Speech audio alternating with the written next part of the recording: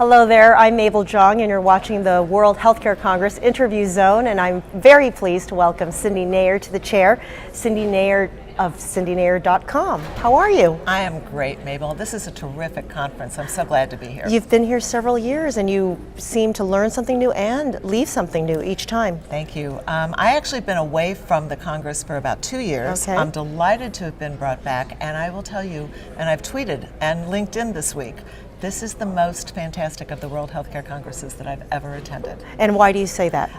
The leaders and the speakers and the keynotes and the ability to interact with people who are really doing some cutting edge innovation and are really thinking out of the box. There seems to be a level of bravery in the conversations that are going on here. And that's really encouraging given kind of the polarization that's going on around America. It's not happening inside these rooms. Yes, and you do call yourself an innovator, an aggregator of new technologies and new innovations. So can we talk about the message that you're bringing to the table this year, which includes a green little Muppet guy that we're all very familiar with? So people know me, somebody once called me the voice of value-based benefit design. And as such, the question is always, is it an incentive or a disincentive? Which one works better? And I always tell people I'm partial to incentives. But they've always asked me, well, show me the ROI, show me this, show me that. And finally, I did some scientific research and understand how the brain works in an incentive versus a disincentive.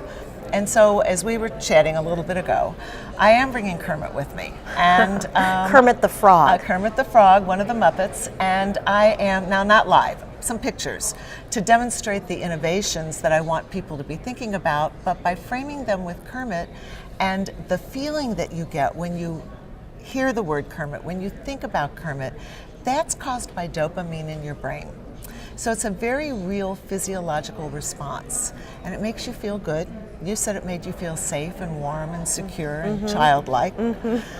Those are all well-being kinds of words. Incentives cause that dopamine release. And so if people really want others to get engaged and follow their lead, it would make more sense to use the appropriate incentives at the right time. That's my message this Well, year. how do we know what the appropriate messages, We ask. incentives are? We ask people what matters to you, and we begin to learn. Or we suggest and we try a variety of things and see which attributes, which incentives work in which populations that we're talking to. Can you give me an example? Yes, if I were going to talk to women ages 25 to 45, I might talk about their children. I might talk about the work that they do, and I might even talk about the stress that they're under and how managing their health can relieve some of that stress. I would not talk to them about raising their premiums. That adds to the stress. And so that incentive or disincentive doesn't work in that group so well. There are some companies that need to get to that conversation though, so how do you get there? Well, they could call and we could have that conversation. How do we get there? I think raising the noise around incentive versus disincentive. I think looking at the body of work that I've had the audacity and the luck to be a part of, working with the folks that were Jack Mahoney from Pitney Bowes, John Mayall from Asheville, and so many other, Albert Zeal at Humana, I can't even, Ray Zastro at QuadMed, I could go down lists and lists and lists.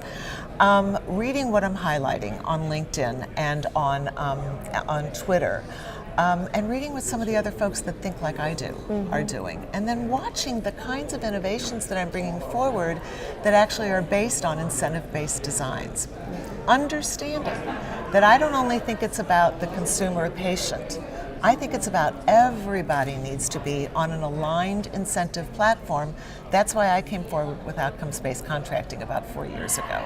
And an outcomes-based contract is exactly what CMS is using now with the readmission standards. Okay. So I can die happy. They got my message. Well, I could talk with you all day, Cyndy, but what would you like to leave us with? I would like to leave us with hope and security. I would like to leave us with the message that, yes, this is hard work changing healthcare in America, but if we keep our eye on the right goal, which is that we're creating health, not healthcare, Healthcare is a tool, just like value-based design is a tool, but we're creating health, and our children and our grandchildren will be better for it. I could be a happy camper for that. Well, absolutely an important distinction. Thank you you so much, Thanks, Cyndy Mabel. Nayer.